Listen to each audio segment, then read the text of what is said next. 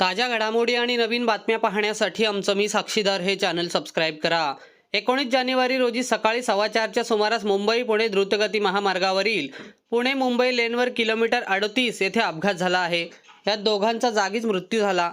Eicher tempo DD01N9466 वरील चालक अनिल लाखन गावित वय 27 राहणार शिलवास दादर नगर हवेली हा आयशर टेम्पो पुणे बाजूकडून मुंबईकडे चालवत घेऊन जात होता। आडोशी गावाजवळ अपघात ठिकाणी आला।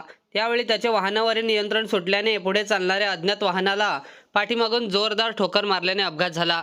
अपघातात आयशर टेम्पोची केबिन पूर्णपणे दबल्याने केबिनमध्ये चालक अनिल लाखन गावित व सोबत इसम अनिकेत यांना लहान मोठ्या गंभीर स्वरूपाच्या जखमा झाल्या व त्या दोघांचाही मृत्यू झाला।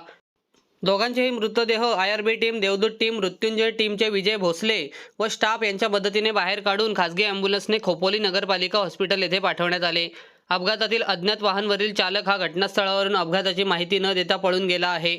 अपघातातील आयशर टेम्पो आयआरबी हायड्राच्या सहाय्याने बाजूला काढण्यात आले आहे।